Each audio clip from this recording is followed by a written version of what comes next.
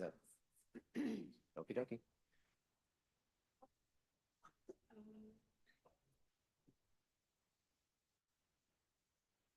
And Mr. Dowdy, we're ready. Good evening. Welcome to District 225 Board of Education meeting. Madam Secretary, would you please read the roll? Mr. Glowacki, Present. Ms. Mullenbeck. Here. Mr. O'Hara. Present. Ms. Segwin. Here. Mr. Schein. Present. Dr. Steinberg. Mr. Dowdy. Yes. 6 members present. Item 2 on our agenda is approval of the agenda. I'll entertain a motion. So moved. Second. All in favor? Aye. Any opposed? Motion carries. Good evening, everybody. Welcome to tonight's meeting. We're up and running. There's no question about that. And we're off to another outstanding year here in the Glenbrooks. Huge thanks to everyone in this room, as well as so many who are not in here for getting us off to such a terrific start.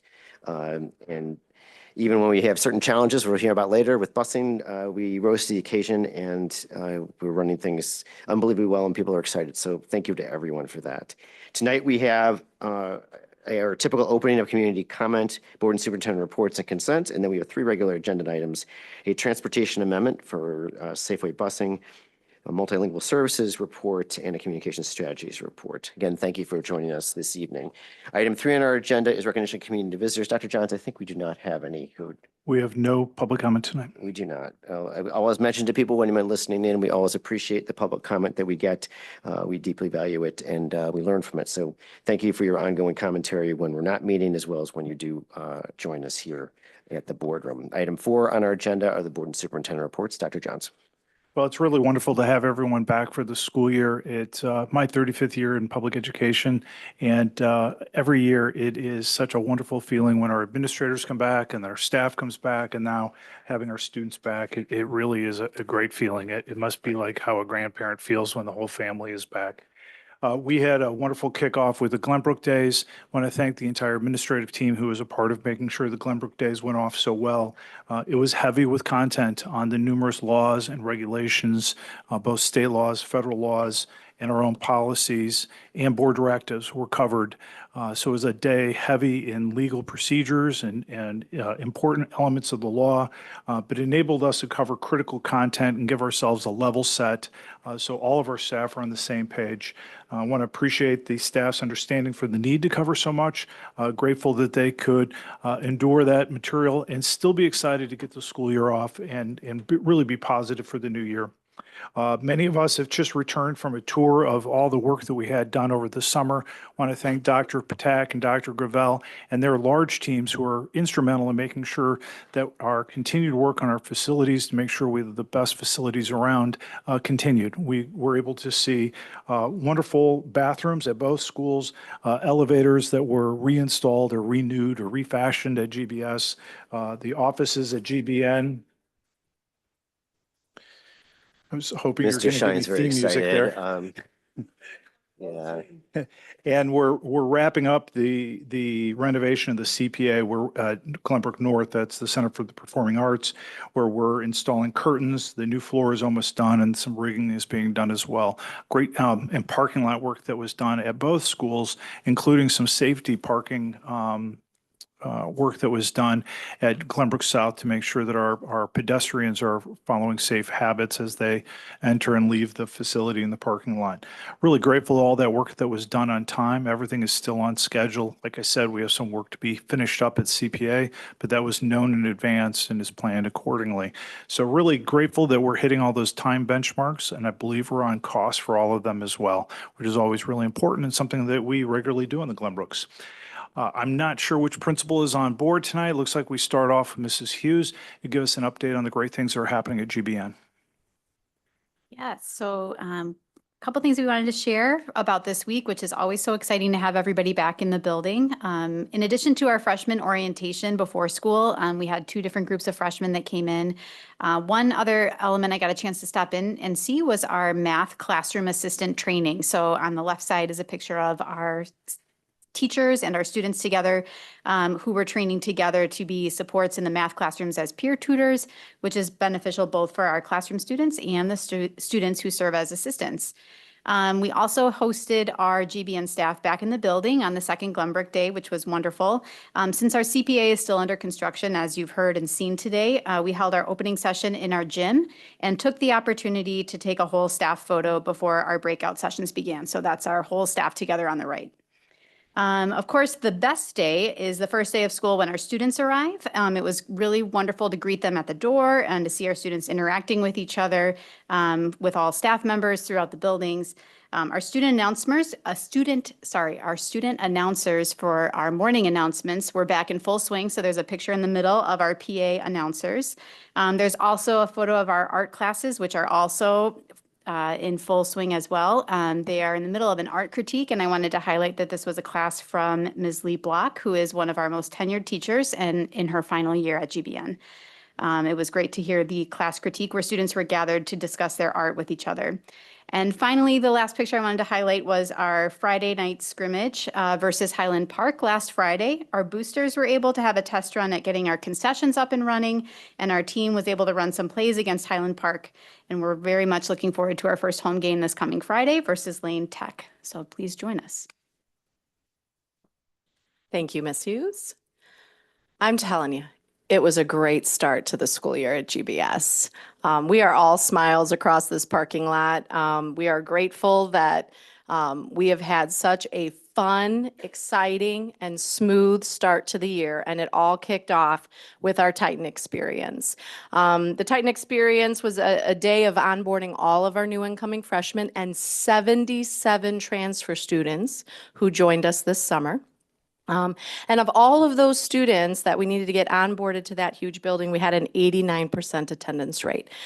So it was a fantastic and fun day. They got to meet their counselors and their deans and get Kona Ice and tour the building and find their classes and listen to a panel of students sharing everything it means to be a Titan. They got their first Titan Wear t-shirt.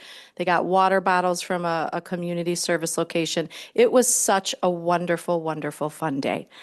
So super grateful for Titan Experience. And then we rolled right into the first day of school. And so proud of our brand new Titan teachers. You can see them out first day of school with our We Are Titan signs, cheering on students as they came off of the main drop off here by door D. We also had classes in full swing on the very first day. You were walking from class to class. Students were already starting new experiences. We went over our Titan values as a whole building. Classroom expectations and learning expectations were set, and then kids dove right in. Classroom experiences, learning opportunities, discussions, it all started on the very first day. It was a lot of fun, and I love the hustle and bustle in the hallway. It's great to have my door open and help all the kids as they're trying to get around. Adding to the fun at GBS, we are really kicking off the year right away. I'm pleased to share that we're hosting 38 students and 3 teachers from Shenzhen, China, as part of our ongoing exchange programs that we offer. The visiting students are shadowing the host students that they're staying with this week, both at GBS and GBN. They'll be here through the end of the week participating in their host students' academic courses and extracurricular activities. This is such a valuable opportunity for cultural exchange and learning. And I'm so proud and grateful that we have so many of these exchange opportunities that take place here in District 225 for our families and our students. Okay, finally, everybody brace yourself. It's the big reveal. Homecoming theme for GBS, hot off the presses as of today. This year, the theme will be Glenbrook Air. Our students will be enjoying a World Traveler theme for homecoming. We are scheduled for September 28th, so we cannot wait to see all of our current and hopefully former Titans there. Great start to the year. Thank you. Thank you, Dr. Georges and Mrs. Hughes. That is our report for this evening. Thank you. So thank you for that very uplifting report. It's fantastic to hear that. And Ms. Hughes, we're looking forward to your homecoming thing, I guess, next time. So we'll see what that comes. I think the gauntlet has been thrown here. So any reports, board members? Just wanted to comment, thank you, Dr. Johns and the others for Glenbrook Days. It was wonderful to see all the excitement in the hallways and everything. And I know it was a very tight, packed schedule of much needed information, but I think it was still wonderful to see the energy. And Ms. Hughes, thank you for the invitation at Glenbrook North and stuff to see the hallways.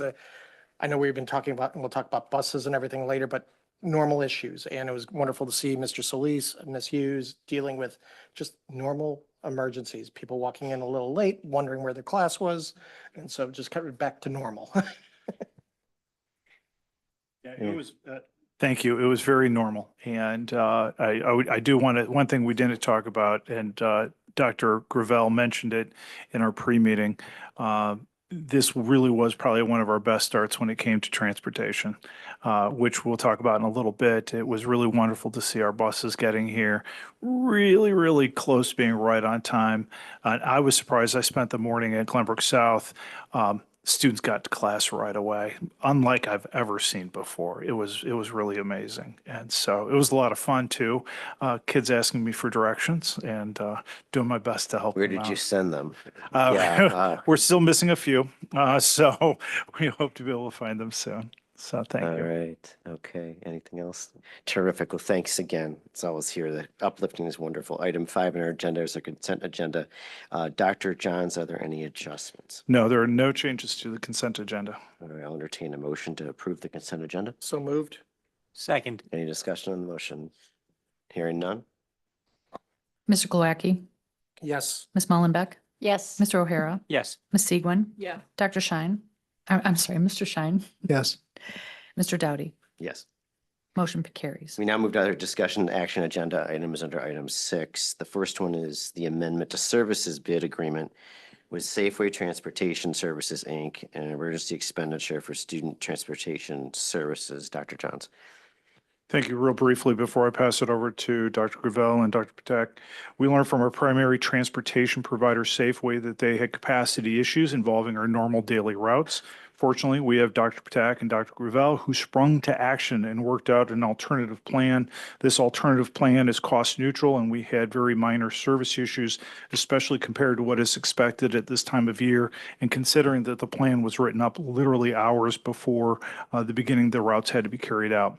This alternative plan will require an amendment to our contract with Safeway and an emergency expenditure to First Student. Dr. Gravel, will you walk the board through any details of the contract or of the amendment that I haven't enumerated? Certainly.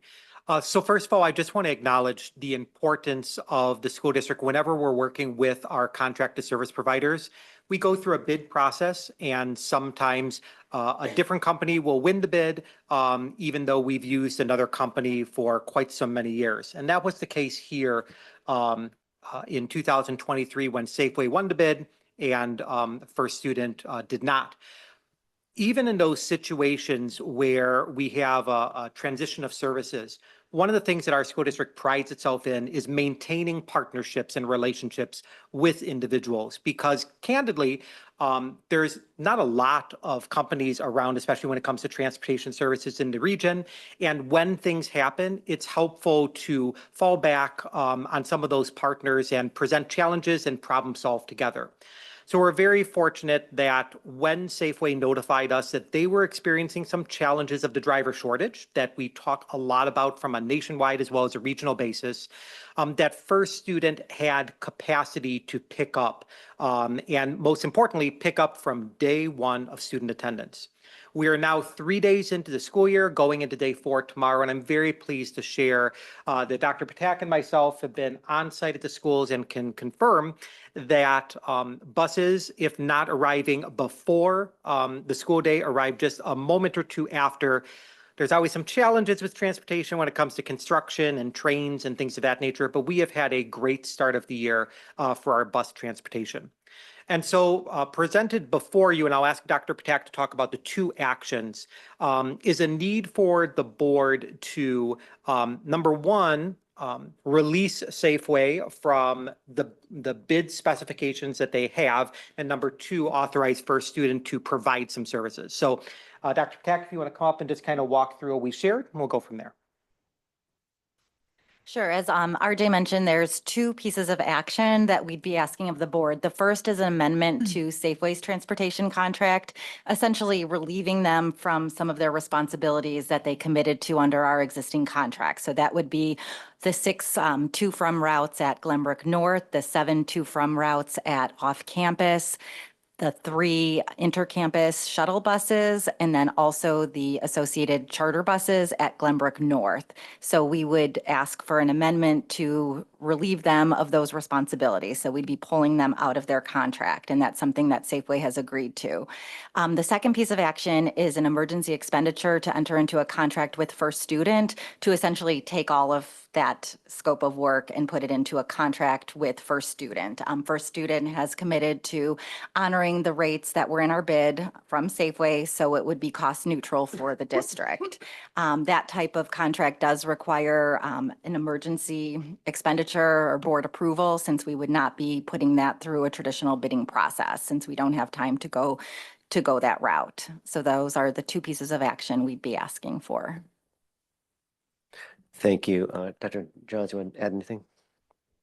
No, it's a very straightforward process. The key piece is, since it's an emergency contract, we need 5 affirmative votes in order to pass it. Okay, and so the amendment is to relieve Safeway entirely of its contractual obligations for this school year? Correct, yes. And remind me, does their contract extend beyond this school year? Yes, so their contract, they still have this school year and next school year. So most likely, we would be bringing to you at a later date a recommendation to end the contract, which we have flexibility to do in our current agreement, but we're not at that point yet. And then the second thing is to approve the expenditure of precisely the same amount Correct. For the substitute company. For and- First Student, yes. First student, sorry, and for First Student. And then after we've done that, will there be a separate contract developed for that? Yes, so we've been working with our legal counsel on that contract, and that's what we're bringing to you tonight, The expenditure or the second contract? the expenditure. Okay, great. And but that's still timely to keep them rolling tomorrow Exactly. morning, et Yes. cetera. And then would that come back to us then on the 23rd? Will we be bringing? So the memo is set up in working with council because the expenditure amount is being approved tonight. We're asking the board to authorize the administration through legal counsel to execute the agreement. So the board wouldn't need subsequent action on that because the emergency expenditure is being approved. We certainly can provide a copy of the agreement, which is basically the scope of work that is in the amended agreement with Safeway. And when do you think the contract will be developed? The goal is to have the contract to First Student this week. Okay, what I'd like you to do, I want to work with you, but that contract, if you would just circulate that, Sure. just so we can see it prior to execution. I think we can authorize as long as there's no objections, but I want the board to have a chance to see it Absolutely. prior. We don't want to get in the way of what you're doing, but we don't want to have to come back and ratify or anything like that. So if we could do it that way, it'd be great. Okay, any questions, folks? Just one question, because if I recall correctly, when we changed the agreement last year, Safeway was, they were transporting a lot of the kids that have disabilities, right? So are they going to continue that part of the contract or no, or not? No. Yeah, that's a good question. So they will continue that piece of the contract for district-wide. So that requires a different set of drivers because they don't need the CDL licenses. They use van rather than the larger buses. So they have enough drivers and vans to accommodate that section of our business. Oh, okay, so we'll continue that contract going forward, that Yes. part of it. Okay. Yes. Is so that a completely separate document, a completely separate contract, or is it going to be amended when we do all of this? So right now, we have a contract with Safeway for all of our transportation. So for all of our special ed transportation, our to from, our athletic charter, it's all wrapped into one contract. Right. So the amendment will basically just peel away the to from at Glenbrook North, the to from at off campus, our shuttles, and our Glenbrook North charter. So Okay. everything else will remain in the contract. Okay, that's what I didn't quite And understand. then we'll take so- that piece we've carved out and put it in a new contract with First Student. Okay. Got it. Well, Thank you. I was going to say, just to clarify, what you're asking for the motion tonight is that First Student, the exclusivity privilege is the piece that's being waived. Everything else in the contract staying in That's for place. Safeway. Safeway's For going to. Safeway and everything. That's Correct. right. Okay. No change in the terms and conditions? There are no changes in the terms or conditions. It's just the waivers here you put in item number 2 in the amendment. Is that everything else is intact? Is that Mhm. fair? Okay, I think that's what you're asking. Other questions or comments? Okay, so we need 2 actions. One is to approve the amendment, which then can be executed at the end of the meeting. Then we approve the expenditure.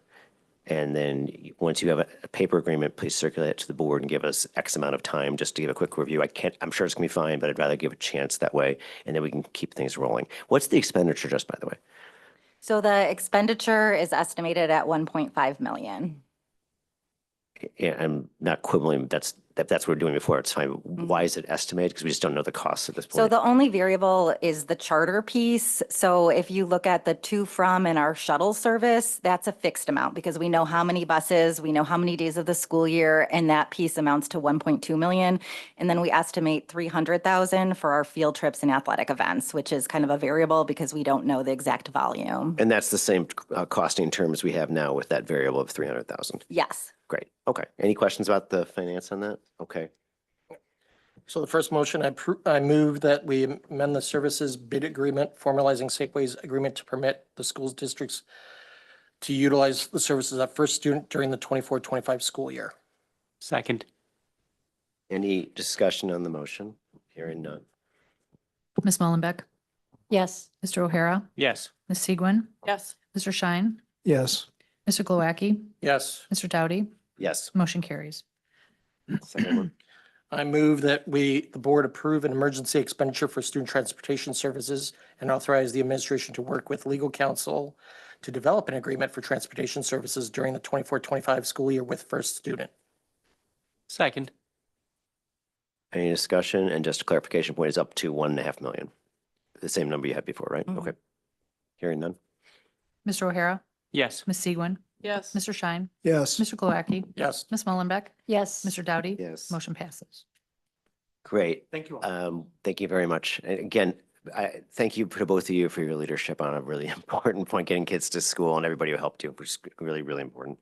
Item 6.2, our multilingual services in District 225. We have it's not an action item, but it's a report item. We have a very extensive and thorough memo, which you appreciate. Dr. Johns. Thank you, Mr. Doughty. The communities that we serve have continued to be destination locations for families throughout the United States and even the world. As Dr. Georges said, we have nearly 80, or is it 77 students transferred into Glenbrook South alone.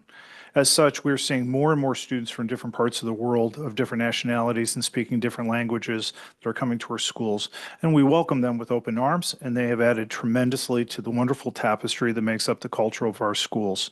Several years ago, we began a series of changes to upgrade our multilingual program, the program that addresses English proficiency for students, and it has flourished tremendously in just a few years. I've asked Dr. Idrizi, Assistant Superintendent, and Dr. Anderson, the Instructional Supervisor for Multilingual Learners, to give a status report on the program and also share some of the good news of the progress that our wonderful staff have achieved in just a few short years with our students. Dr. Idrizi. Thank you for the wonderful introduction. We're excited to be here today and share our ongoing work in our multilingual services. There are 3 key areas we would like to share tonight. And the first one is our overview of our growing multilingual learner population in the Glenbrooks. We want to celebrate our students' achievements, and we want to highlight the ongoing work in multilingual services. As mentioned, this is a presentation for informational purposes only. And please note that we might be referring to multilingual learners as MLs throughout the presentation. It is now my pleasure to introduce Dr. Christine Anderson, our Assistant Director of Multilingual Services.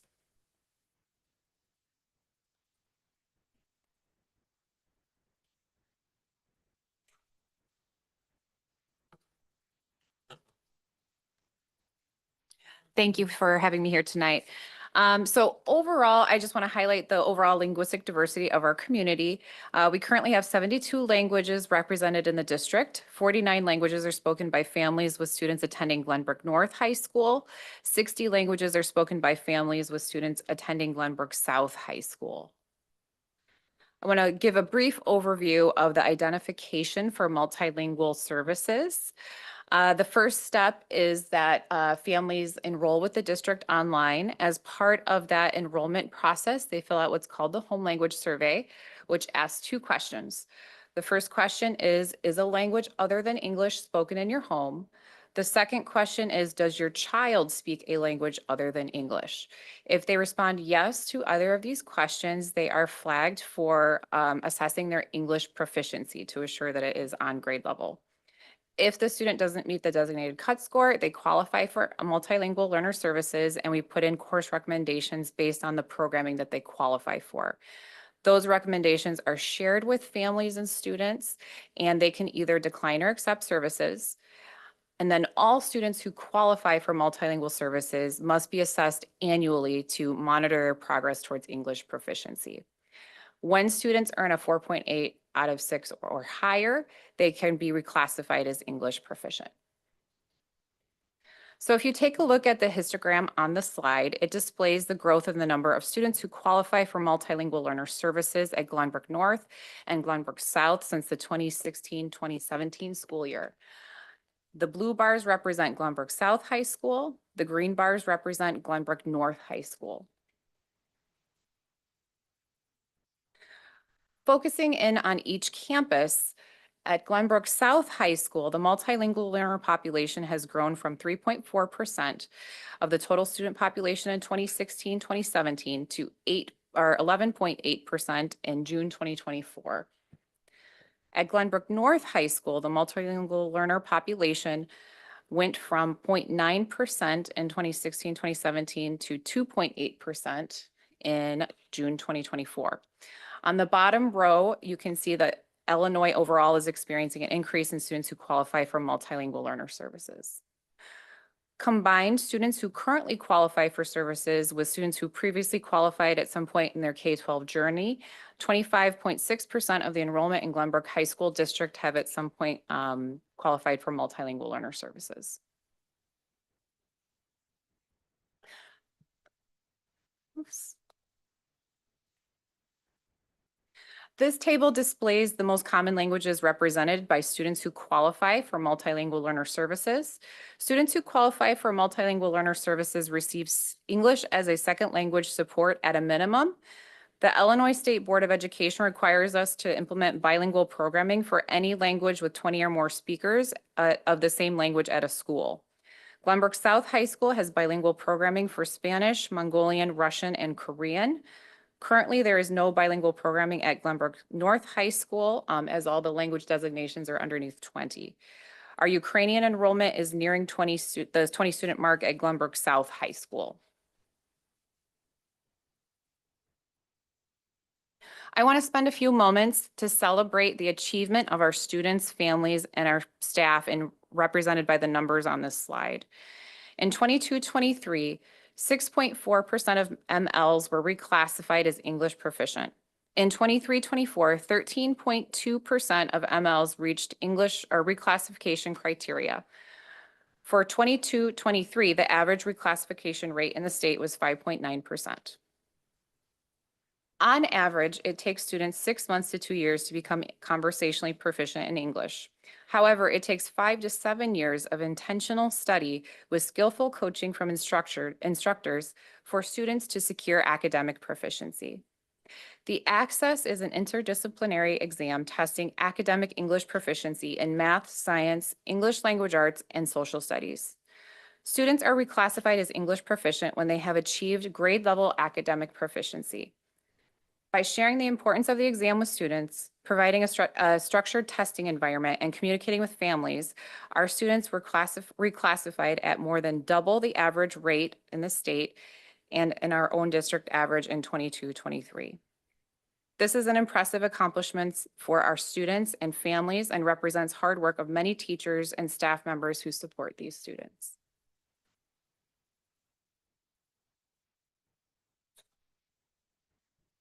Next, we want to highlight some of the accomplishments of the program and next steps for the program. So the first area that we've been focusing on is professional development. In terms of professional development, we've built capacity across by giving many professional development sessions to staff in terms of administration, teachers, and even with our bilingual parent advisory committee about our growing population. And we've also developed partnerships with English as a second language endorsement cohorts and bilingual education endorsement cohorts in the district. Our next steps include providing ongoing professional development for those that are serving students from the ML population across the building.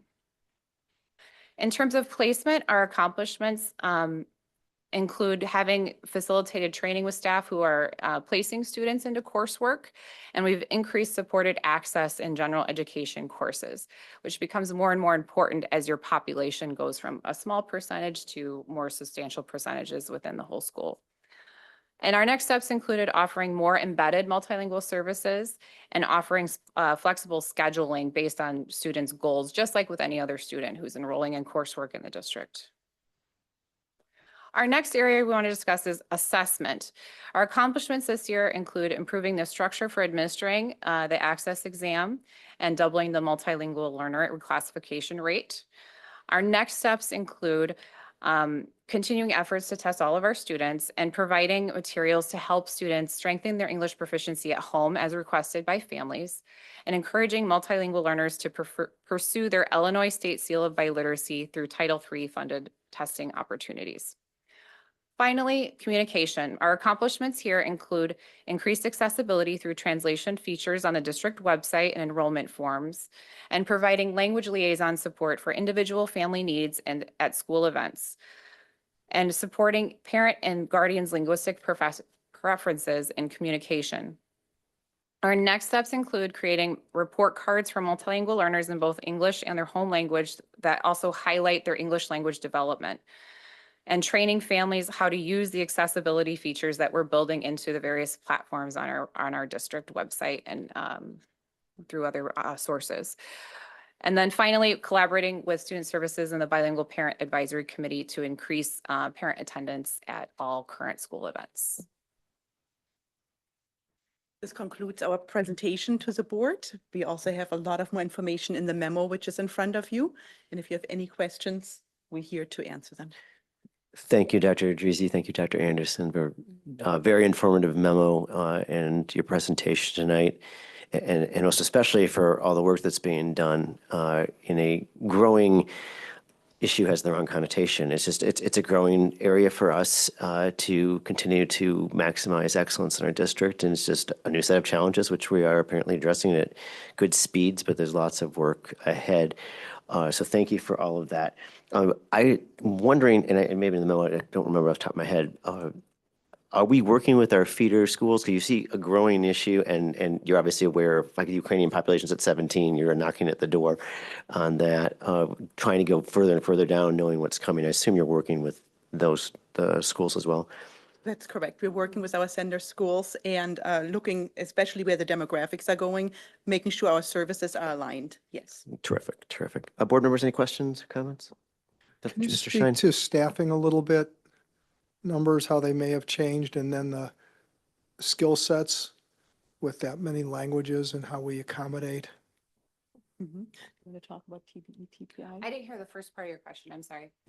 What's our staffing for to support the program?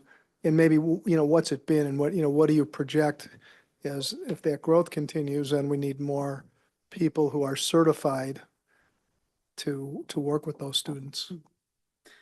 I'm going to start talking a little bit about the cohort, and then maybe you can talk about TBE. So we have just a group of staff finishing the cohort through National Lewis who are now certified in ESL endorsement and bilingual endorsement, which means they would meet the requirements and certifications to teach our multilingual learners. We are about to embark in another cohort with St. Francis University, where 30 of our teachers are going to be certified. This certification allows for greater flexibility, which we mentioned, in placing students with a certified teacher to receive the services. Looking at that, I would like you to talk a little bit about TBE and the number 20. Yes. So with a TBE program, there's three requirements that we have. One is that we provide support in terms of the cores, so that'd be math, science, English, and social studies with a native language. And then we also have to provide language arts in the language that's designated on the home language survey, and then history basically of the geographical regions associated with that language. So to do that, yeah, I know. To do that, we hire bilingual staff members, and then depending upon the master's schedule, because we want to be efficient with resources, we look for what's the best way to provide the particular group of students with resources. When we have a large number of students like we do in the Spanish TBE program, we look at our entry-level courses and making sure we have a co-teacher available in those courses that speaks Spanish and is certified as a bilingual teacher in Spanish. And then when we look at our languages where they're more just emerging over that 20 mark, we look at offering push-in services for those students so that they're coming into a class where the student might be enrolled, helping the teacher, helping the student make connections. But really, when it comes down to what the English as a second language endorsement does, is it helps staff members understand how to make complex content accessible for students. The mark of a truly excellent teacher is knowing how to break down content so that there's entry points for everybody. So that's really the goal of those ESL endorsement. And the more people that we have that are able to do that, the better we're able to serve the students more efficiently across the district. Thank you. Any other questions or comments? Ms. Melbuck? I do have a couple of questions. Maybe it's one long question in multiple parts. Maybe that's a better way of Semicolons. explaining it. So we have a difference between the bilingual program, the TBE program, which is triggered when you have a larger group of students, and then you have the multi-language learner program for students that are under that threshold. And you explain what the difference is between that. It sounds like it's a more robust cultural program for the TBE program. Do you see a difference in terms of achievement of moving to proficiency between the two groups? Do you find that one program is better suited or tends to have better outcomes for students? That's an excellent question. I think there's a lot of factors that lead to excellence. So it's not necessarily the language designation, but you think about their preparation when they come to school. So depending upon where the student's coming from, they might have gaps in their educational background.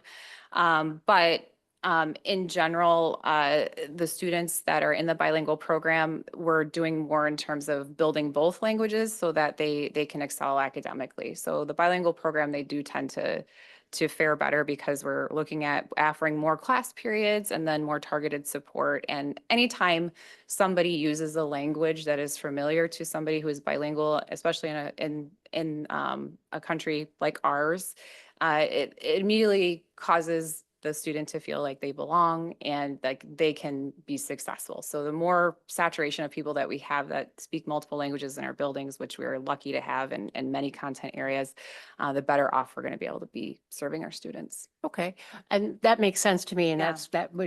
that would be the outcome that I would expect. Like, I guess the second part of my question then is I see that, at GBS, we have several different languages where we reach that threshold and we have students who can benefit from those more intense services. That's not happening at GBN just because of the population is different there. Has there ever been any thought given, or are there reasons to think about possibly bringing some of those, like the two Mongolian students at GBN, bringing them over into the Mongolian population here, because we have at GBS, here, but at the GBS building? Would that work? Does the downside of not having them with their school cohort outweigh that? It's just something I wonder about, because it looks like GBN's not getting the benefit of any of those, or the students at GBN. That's an excellent question. I think in my previous experience, what I've seen go on is that sometimes people don't like being bused to another school. They really want to stay in their area school. I know it is something that has been discussed prior to my arrival in the district, but there's pros and cons to doing that. I defer to more senior leadership to go through all of those, but there are drawbacks to busing kids for certain courses. Sure, I just didn't know if it was something that we'd looked at and determined it didn't make sense to pursue, or if it was more just the way it was, I guess is the. There's a lot of factors. Sometimes school districts that have done that have had large rates of refusal. So parents move into a community because of maybe the particular school meets what they're desiring. And when they find out that their child's going to be offered a TBE program at the other school, they'll refuse that program entirely because they want their neighborhood school. And the neighborhood school is really important for a number of reasons. And there is also, the question of being transported further than you normally would, a longer bus ride, what sort of impact does that have? And then I think there's also some ethical questions that have to be explored in at what point are you changing the demographics of a school and overweighting one school from what the community represents? All fair points. Thank you. Any other points or questions, Mr. Glacki? No, actually, my colleague kind of took my question. I was going to kind of flip that a little bit because I know we do that with the academy and other programs here at the certain programs when we do not have enough students that they kind of alternate between buildings and share resources in that fashion. And so I was going to encourage that the administration do take a hard look at, and maybe it's a volunteer option. These folks may not realize that they could have these options. And that maybe helps get ahead of some of this. Hate to see a child struggle when you hear that there's such good results with the one program.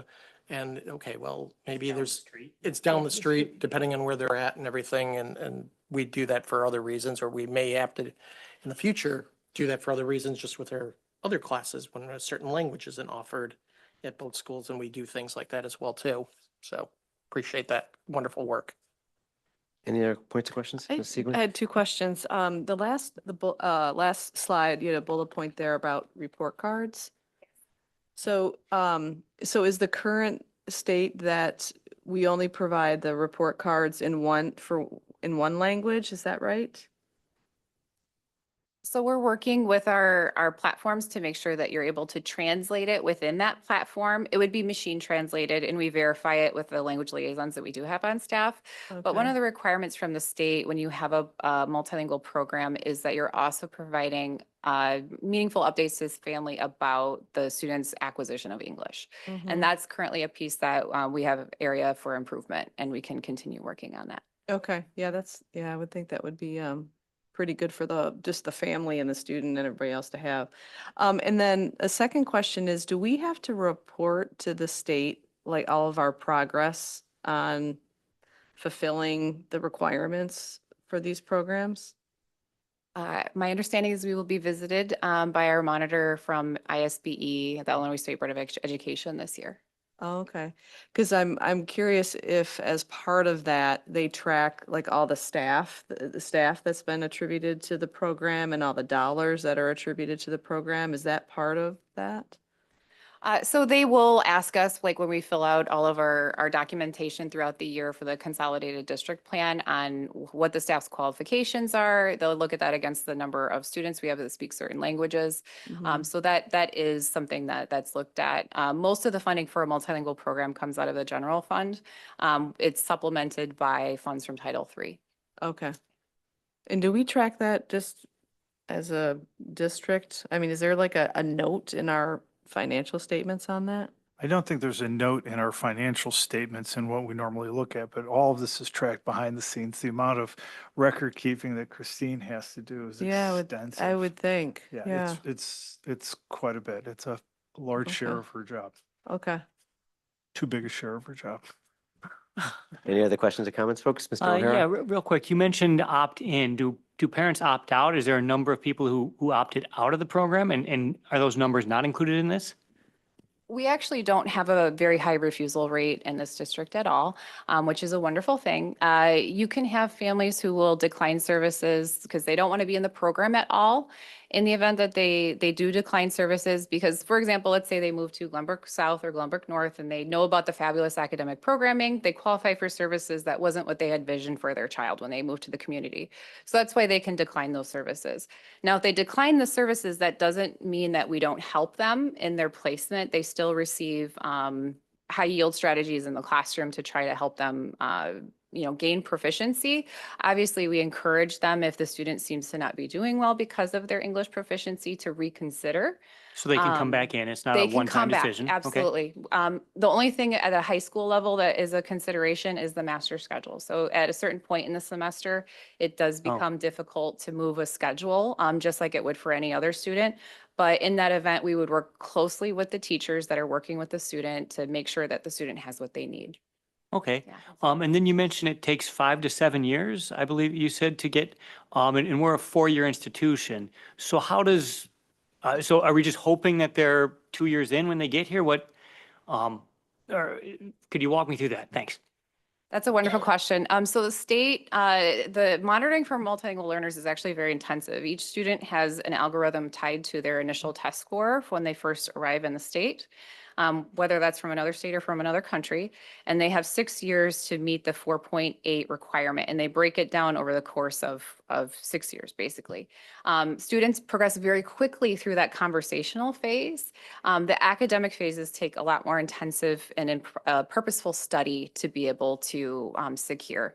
One of the people that comes in to do professional development with us uses the analogy of if you're sitting at a football game, but you're not really engaging with it fully, like you can be there and be present, but that doesn't mean that you're really going to understand what's happening unless you're intentional about it.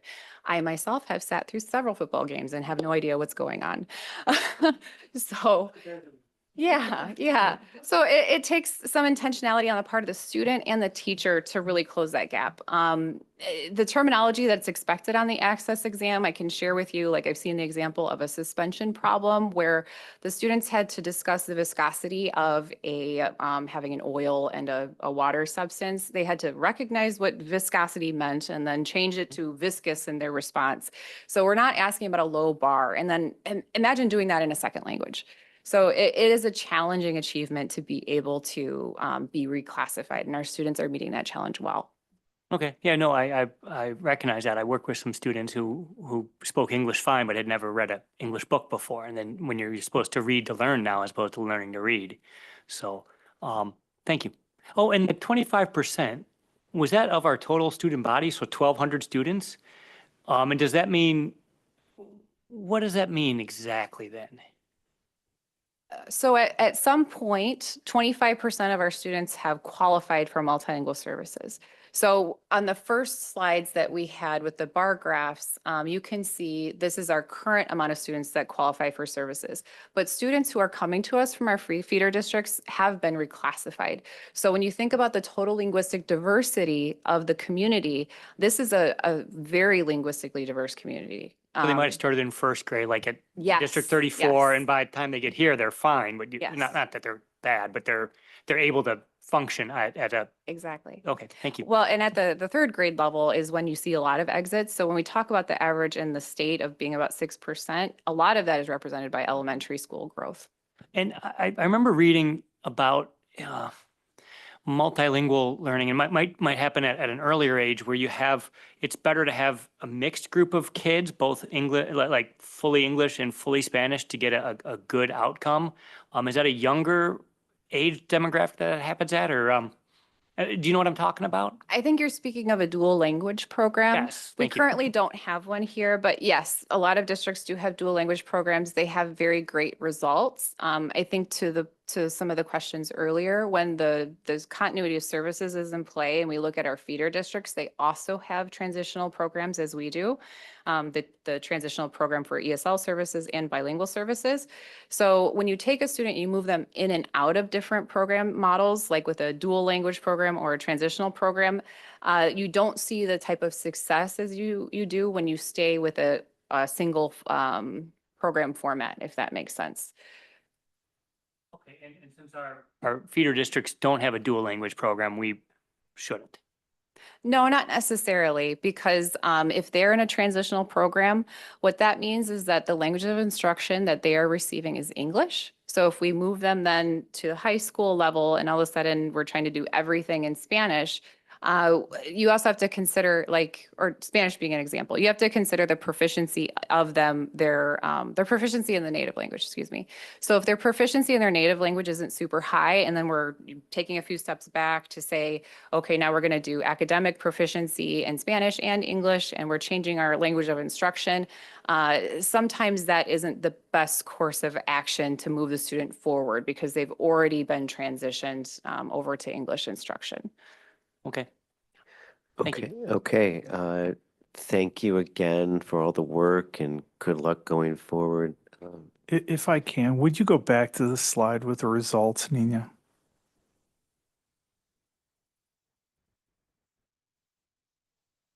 There. I would have spent a half an hour on this slide. This is incredible progress. To get to 6.4%, our performance level that we had in 22-23, that's a pretty good result. There's an awful lot of districts that spend an awful lot more time and energy on their multilingual program than we do. Places I've worked at that work so hard to reach 6%, and we were at 6.4%, knowing we had a lot of room for improvement. But to reach 13.2% last year is incredible. And Christine's been a major part of that, of taking our program, which was fledgling, and finding a path forward, putting together all the pieces when we didn't have all the pieces, and finding a way to make it happen through a whole lot of creativity, as we used to say where I came from, duct tape and baling wire. She made something really tremendous happen. So I want to thank her for her great work. Nina, you supported her tremendously. Great things are happening. Please extend our gratitude to your staff who've really made a lot of difference for a lot of kids. Thank you. That's great. Terrific. Thank you very much. Item 6.3 on our agenda, our final item for the evening on a regular agenda is a communication strategies report. Dr. Johns. Thank you, Mr. Dowdy. A conversation that we've had in many different ways, in many different pockets, is ways to improve our communications throughout the district. This has been a conversation that existed when I came to the district 6 years ago. And we've continued to work on ever since. Communications is a tough topic in that just like bad situations can lead to bad laws, sometimes bad situations makes communications really difficult. In order to put together a framework for this conversation, I've asked Ms. Smith, our Executive Director of Communications, to put together some background information on the strategy, the approaches that we use for communication, some background so that we have a beginning point for our conversation. Then we can launch from that point because I know there's some different views and aspects of communication that the board would like us to enhance. And this gives us a good launching spot. So Ms. Smith, if you would start from that launching point and walk us through the high points. Thank you so much, Dr. Johns. Good evening, everyone. In 2022, the newly formed Communications Department began working on strategic communications practices aimed at ensuring that all of our messages and information that was being disseminated by the district adhered to our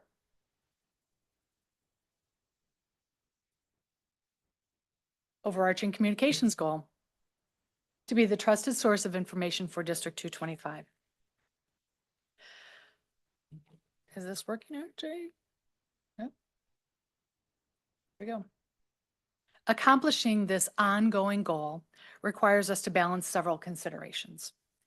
Balancing the need for timely communication, especially in a crisis situation, with the necessity for accuracy. Information must be shared quickly, but never at the expense of being correct. While school district messaging must remain impartial and factual, it's also important that our communications convey empathy and understanding, especially in situations that may be emotional for our community. Providing enough information and being transparent is essential, but it's equally important not to overwhelm our audiences with too much information. We knew in 2022 that it was imperative to seek assistance from our community when making decisions about communication and about what information needs to be shared and in what format. So we began with a survey in the fall, a family survey. Over 900 people completed that survey. In addition, 50 people participated in a focus group to give us additional feedback.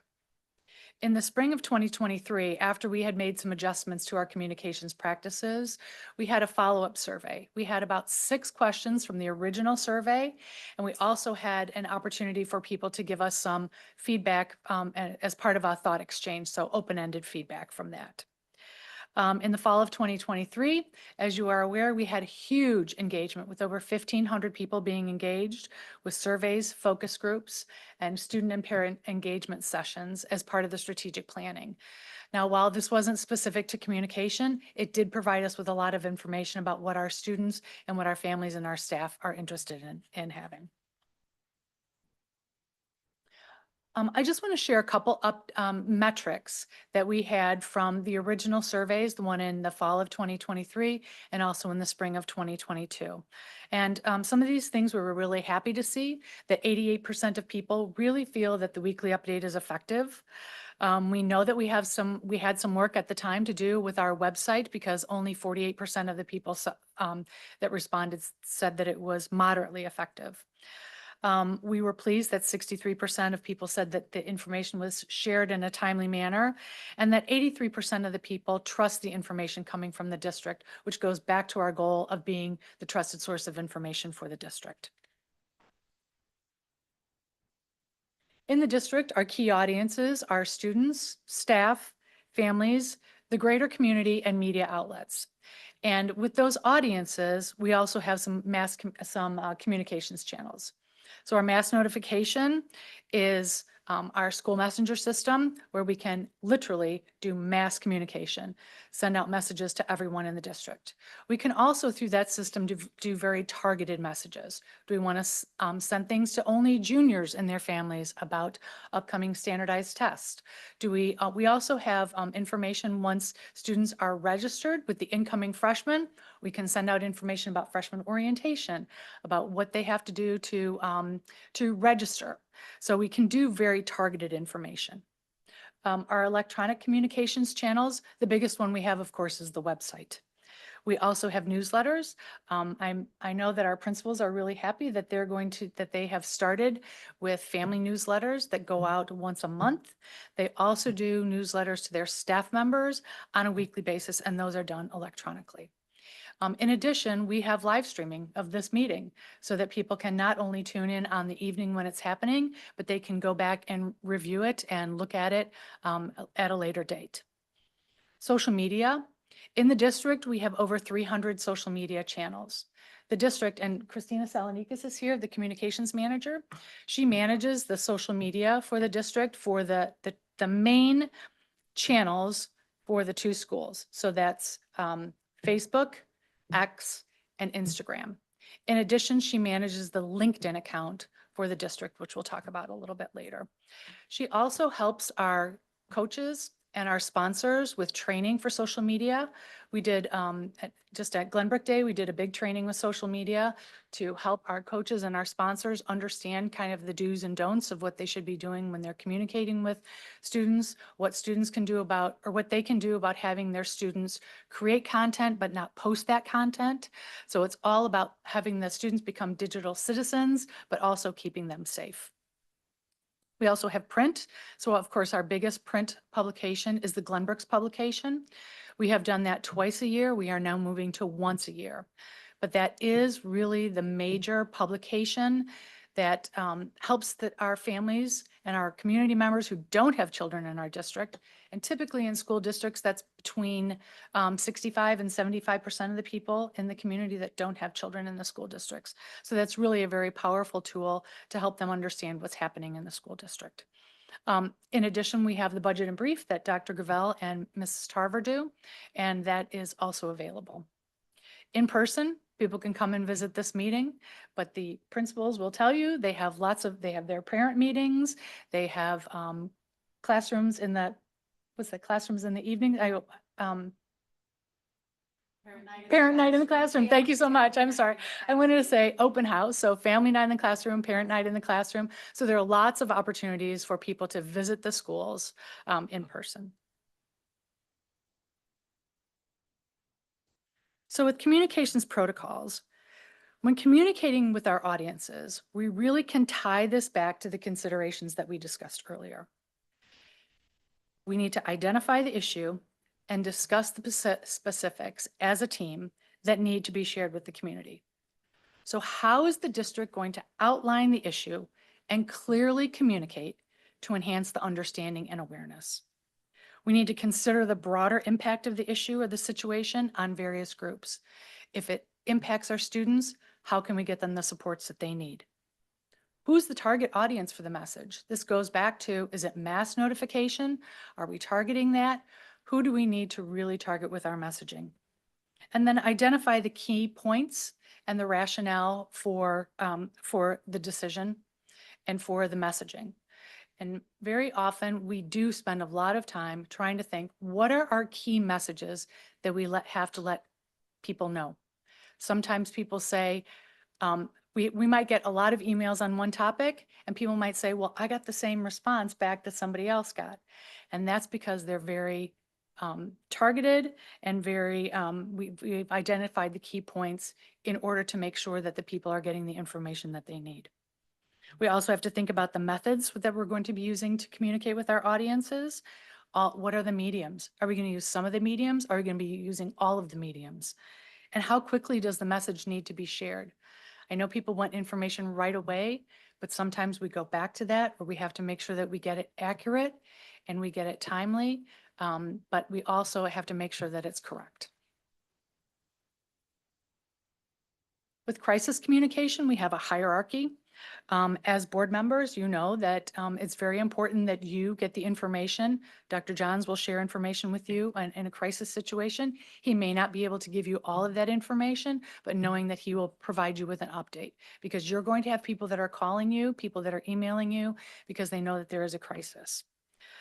We also make sure that our staff has that information because they're also getting questions, but they have to understand what's happening and they have to be able to articulate it to their students.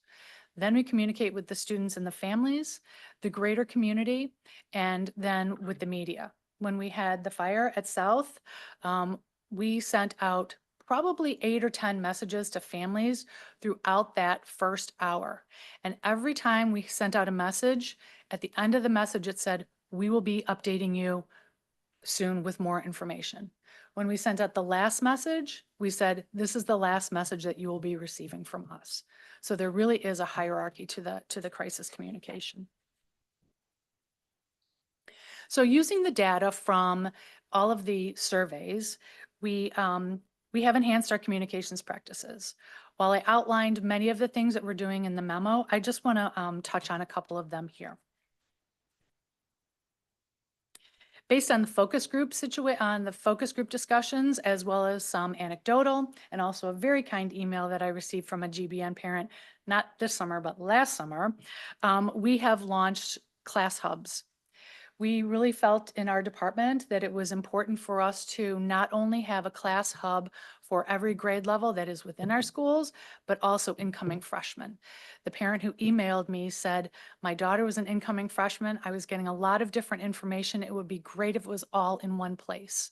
So we are really excited about these class hubs this year. And we had some conversation about, do we make it class of 2025 and class of 2026, or do we make it freshman, sophomore, junior, senior, incoming freshman? And we landed on this particular way of having the information on the website, because people can view it as they're incoming. Then we don't have to change the information to it. It can stay a little static. Right now, we know that the information that we have to change is mostly dates. When you look at the seniors or that for graduation, when you look at juniors for assessments. So we keep those dates up to date as soon as we get that information.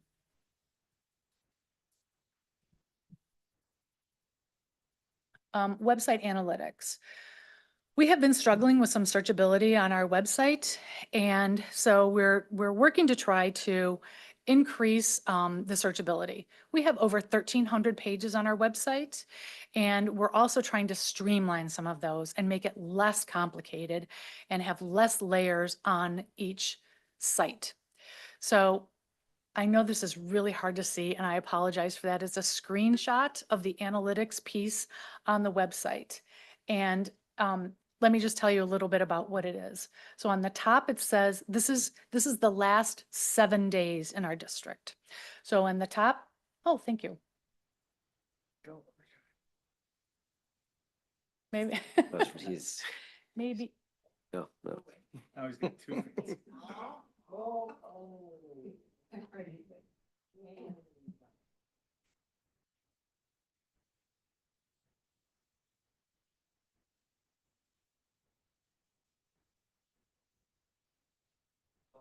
Oh.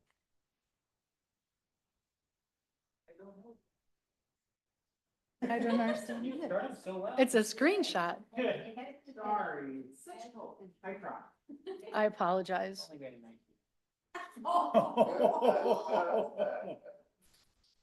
about something like this? Maybe that'll help. Stick that in your truck.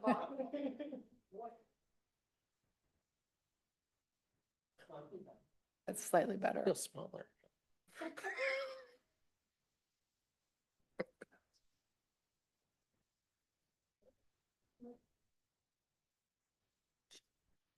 Okay, so maybe now you can see that over the last 7 days, we had 2,721 searches on the website. We had 1,154 unique IP addresses. You have 300 hours. And on the left are the top searches. So you can see that map was the top search. And as I was thinking about it, I thought, well, is that incoming freshman parents who are looking for maps of the school? And then I realized, no, this is people who are moving into the district. This is Barb's 77 transfer students who are looking for the boundaries. And so Dr. Johns and I were, in the words of Dr. Gavell, kind of geeking out a little bit with this analytics one night. And we found that there is an advanced analytics that is called synonym. So we were able to go in and put that map equals boundaries. And so now if somebody searches map, they will get the boundaries of the district. And it's vice versa. So if they search boundaries, they'll get boundaries as well. In the same vein, on the right side, those are the top searches that didn't have very few hits. So you can see with maps, PowerSchool, calendar, all of those things that people were searching at the beginning of the school year, that they got quite a few hits. But on the other side, with commencement, they only got 4 hits. What we know is that commencement is also graduation. So in the synonyms, we also put commencement equals graduation. When we went back and searched that, the Class Hub page for the seniors popped up. So we were really excited about being able to use this synonym function to really enhance the searchability of the web page, of the website.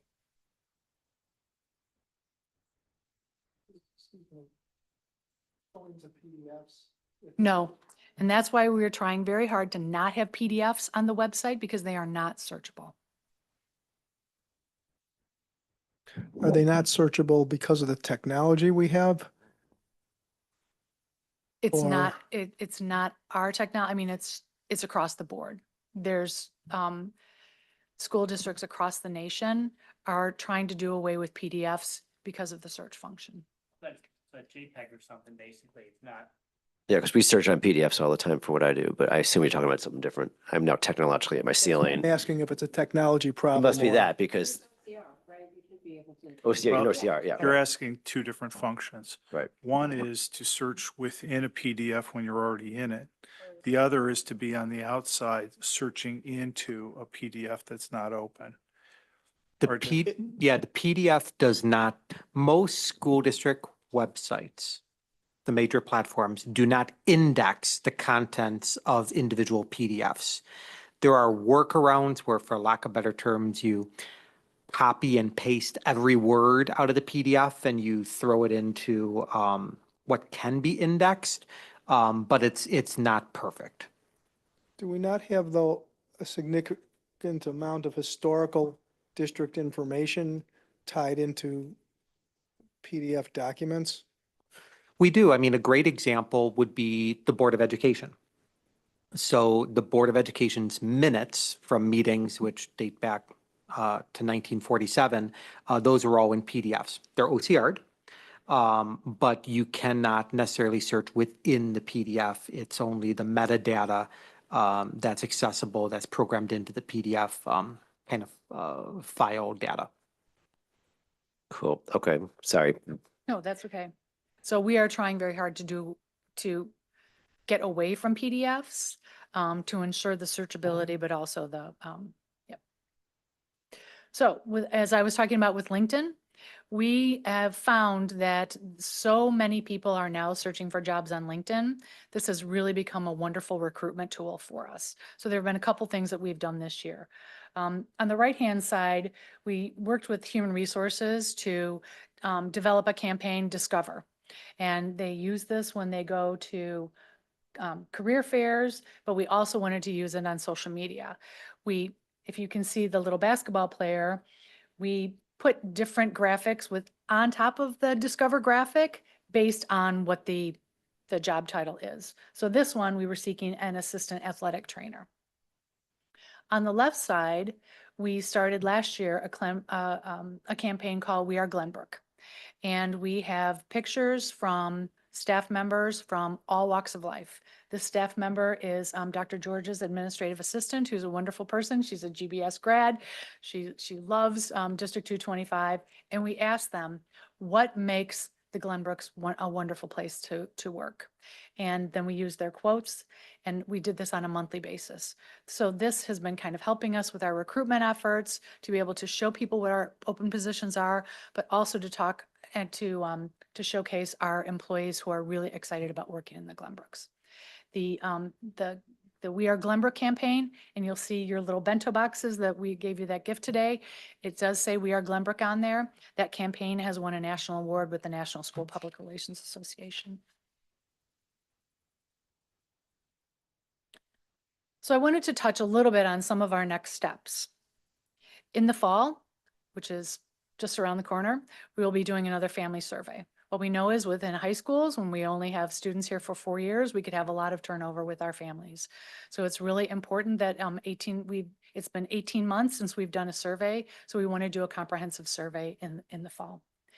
We have Dr. Johnson and I have also talked about a superintendent committee, a superintendent communication committee, where we will be pulling together people from all of our different audiences and have them look at the data from the survey, have them talk to us, have people that we can turn to be able to talk about communications needs and get some much needed feedback. Also, we're having website training for selected staff members. We have staff members out there who are very competent, who could help us to update the website, all of those different pages that we have, whether it's in their departments or their schools. And Christina is going to be working with them to get them trained so that they can update the website on very, very simple things. So that keeps us from them having to fill out a form. The form goes to Christina. Christina does the update, and then we let them know. So it really is going to streamline some of those operations as well. Board meeting notes. We have started to develop a web page under the Board of Education page of the website that has board notes. So we can put the board notes starting after this meeting on that site, then put a little blurb, a little explanation, a little synopsis in the weekly updates with a link back to those board notes page so that people can get all of the information that they want about the Board of Education meetings. In addition, we will be able to put that link onto social media so that the greater community can also link on it and get the board notes.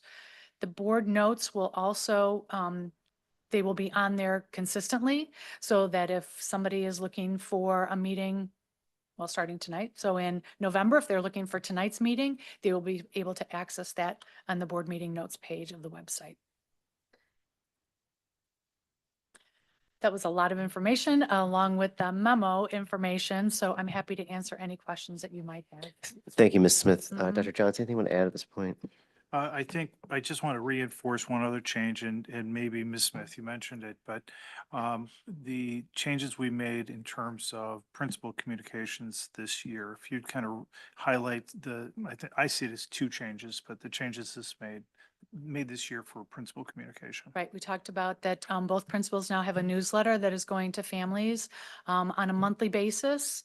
And so that is kind of that celebrations, so it's different than the weekly update. It's not going to replace the weekly update. That's more announcements, and that goes out, like it says, weekly. But the principals have this opportunity to tell some deeper stories and highlight some staff members and highlight students in their messages that go to the staff, or to go to the families, excuse me, once a month. In addition, they are continuing to do their Friday newsletters to our staff members as well. Thank you. So thank you, and I'm going to open this up for questions or thoughts in just one moment, but I do want to emphasize that I do like that you're treating this as dynamic information, that you're going to get additional survey data. Not that everyone wants additional surveys, since you get them from almost everything you do now, but it is important that it's dynamic, because the families do change over by definition. And the second, I applaud the idea of forming a superintendent's committee, thoughtfully populated, but in a way that these issues can get information on an ongoing basis. So I applaud that purpose and look forward to having that formed. With that, I'll open up. I'll start with Ms. Mullenbeck. Do you have any comments or thoughts? Yeah, it was really helpful to get an overview of what you all are working on and what you've accomplished in the last year. I'm very excited to hear about the work on the website, because I know that that's one of the things that I get feedback from the community a lot about, is the frustration sometimes with the website. It sounds like up until this point, it's only been the communications department that's been feeding information into the website or loading information up to the website. Is that correct? It's the communications department has been updating the website, yes, but we get feedback from staff members. We have a website update form that people fill out all the time, so that they can help us kind of be our eyes out there. Sure. No, but I think it's terrific to expand that, because I mean, it's a lot of information out there. Right. It's huge community, and like, I'm sure the updates are constant for you all to be dealing with. So to the extent that you can get more people involved with that, I think that's great. One thing you mentioned also that I think would be really helpful is, as much as possible, people love links. It saves them having to search for something if someone just points them to it. Sure. So I think that, to the extent that we are sending communications out to family members or students or whomever, if there's something that they probably want to look at, just link it. It just makes it that much simpler for them, and then they don't have that, like, how do I find this? It's a little frustrating to hear about the PDF issue, and it sounds like that's a technology issue more than it is something that we can do. But I have a question. For example, if you have the district calendar that is like the one-page calendar that's a PDF, how does someone access that, other than do they just find it on a website? Or if they searched calendar, would it pull up the PDF calendar for them? Yes. And how does that happen then? It's not because it's finding the word calendar in the PDF, it's because you've told the search engine that when someone searches calendar, that document should appear? Am I It's- understanding that correctly? It's on a page that says calendar. Right. Got it. So it's a link on a page that says calendar. It's not a standalone PDF. Got it. Okay. And All I right. would, Around. I would just, from a technological standpoint, offer a few elements. A PDF, I mentioned how you can copy all the content of a PDF and you can put it into what we use, the official term, metadata, and then all of that becomes searchable. So if you know the terms that individuals search for, you can configure on an individual file all of those terms. And if any of those terms are searched, it pops up.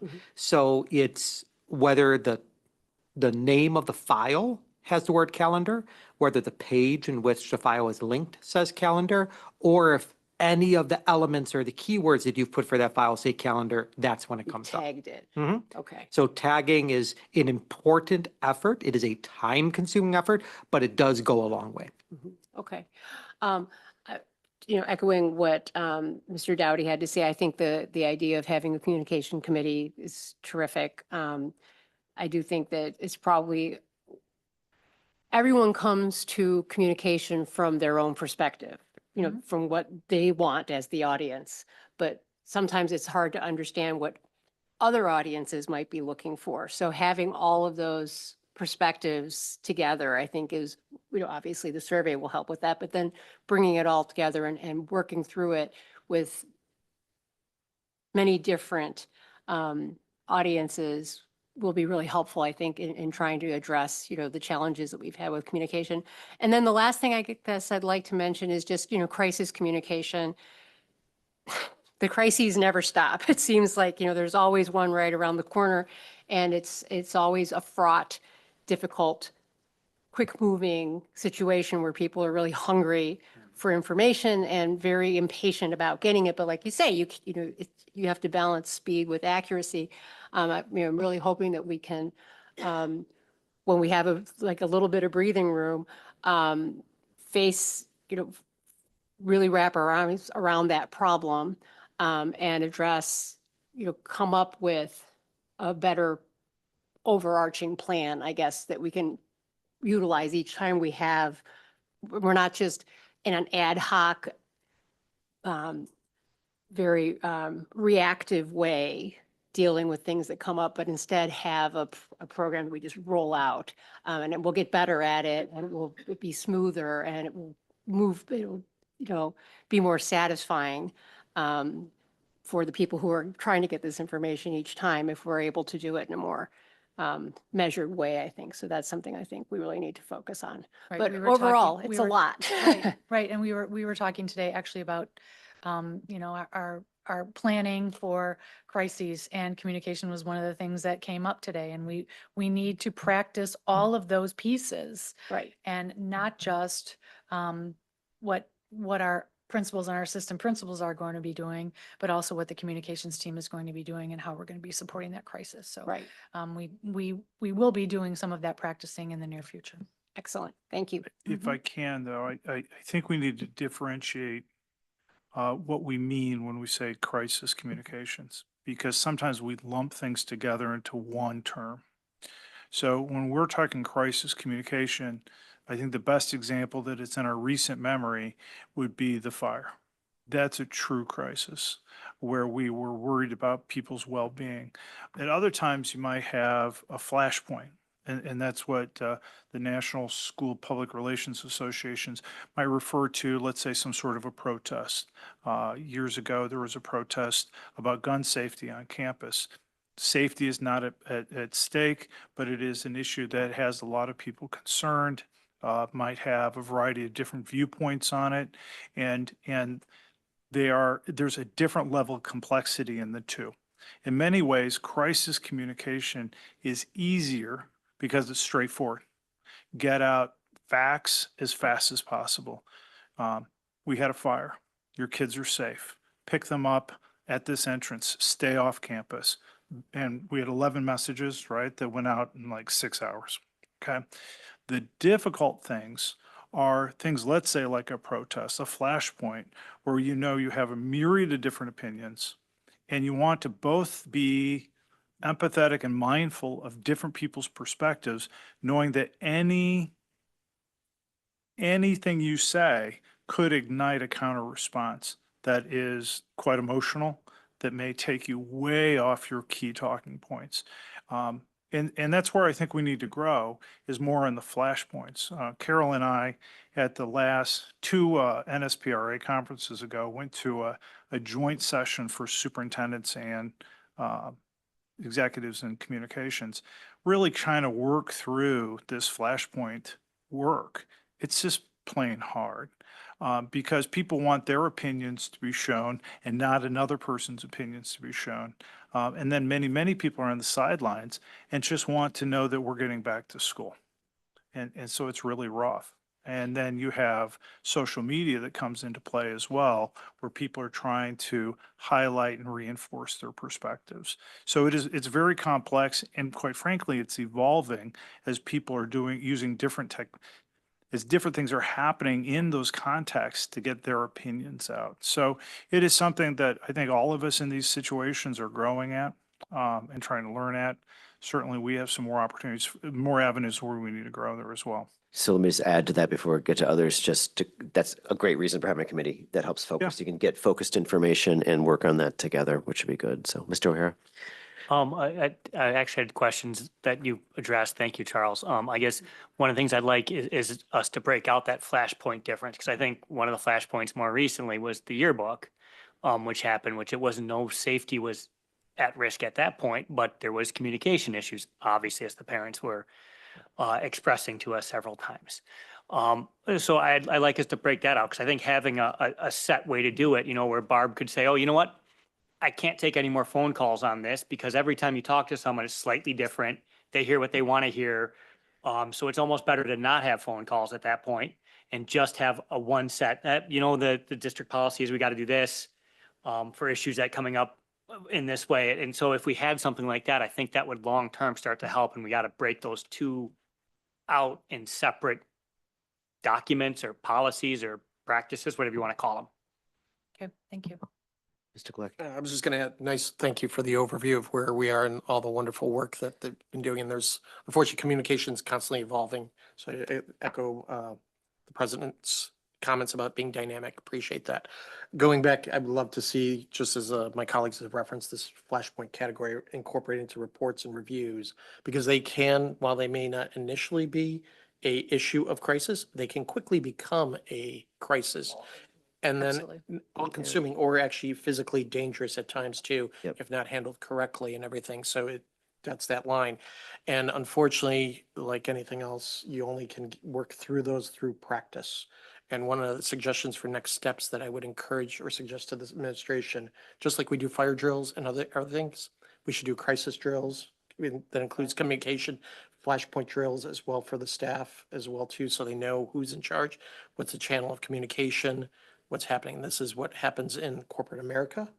And those are things I think we can employ here. And so seems like, oh, we got this. Oh, wait, I know as soon as Carol hears about this, everybody's got their hands on it. It's in good control. The board's working out what the specific situation is, but we know once goes into the magic black box that is quickly disseminating the appropriate, and that's the authority.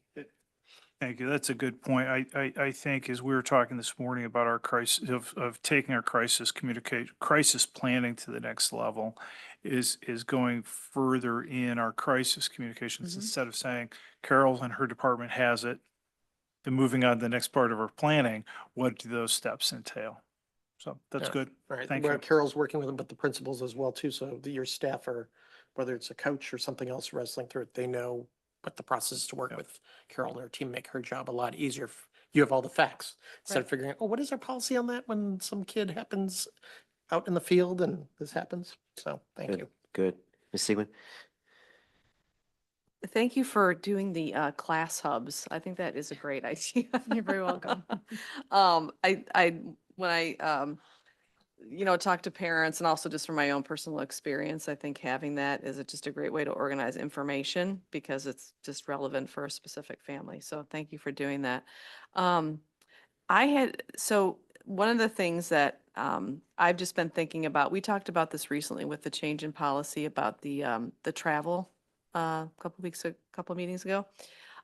It would be great. I don't know if it's through the newsletter or the weekly, but just to have like what's changed or what's new, because I think when things change, all the parents and the families don't really know. It's kind of like by word of mouth. This is what it is.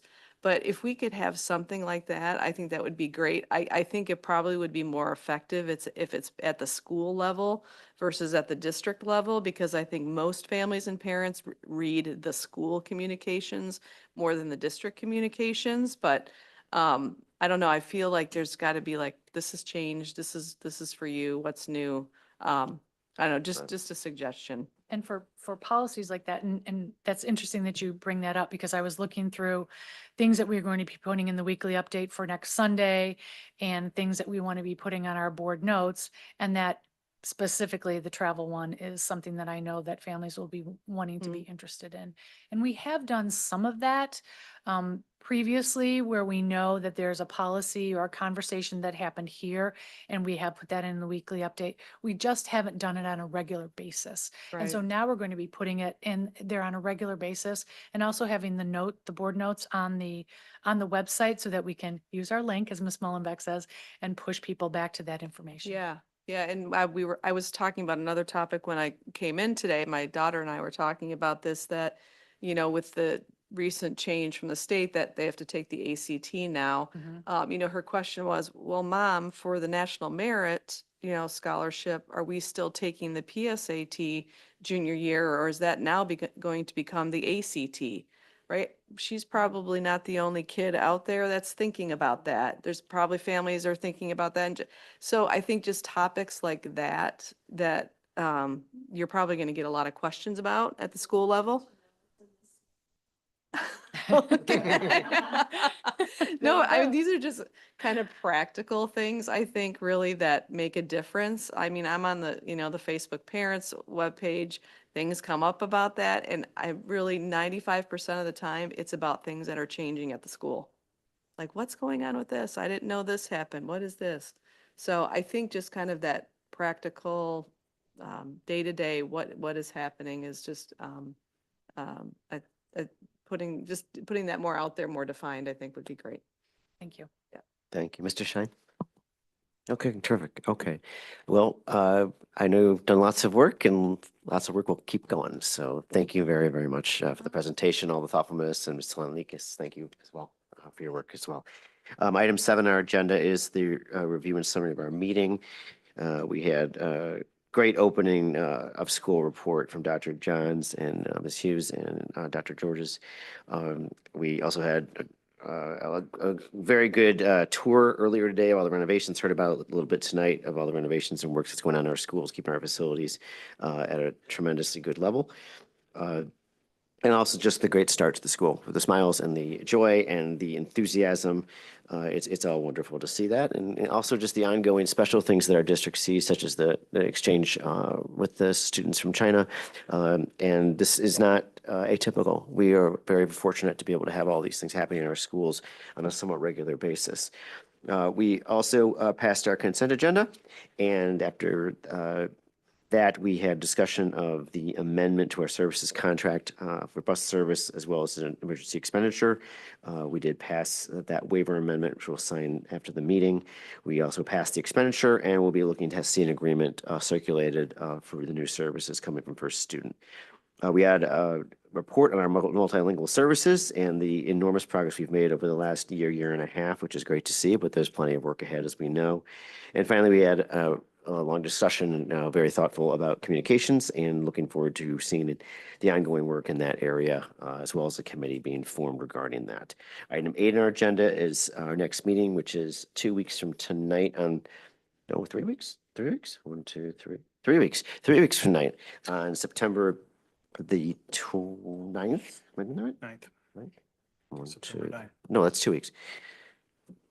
I'm sorry, I got October mixed up. It's 2 weeks for September 9th. It's in 2 from weeks. September to September 9th. We're October. say with dates, we're not going to count weeks. September 9th. I keep Yeah, trying. clearly we're not on the need to math be team. here. We're not on the math team up here. So anyway, 2 weeks from tonight, we will be here at 7 o'clock for that meeting. Any topics, folks, please pass them along to me or Dr. Johns. Item 9 on our agenda is closed session. We do have closed session this evening. I know, but I need these glasses in order to read that. Here we go. So I will entertain a motion to consider the appointment, employment, compensation, discipline, performance, or dismissal of specific employees of the public body or legal counsel for the public body, including hearing testimony on a complaint lodged against an employee of the public body or against legal counsel for the public body to determine its validity.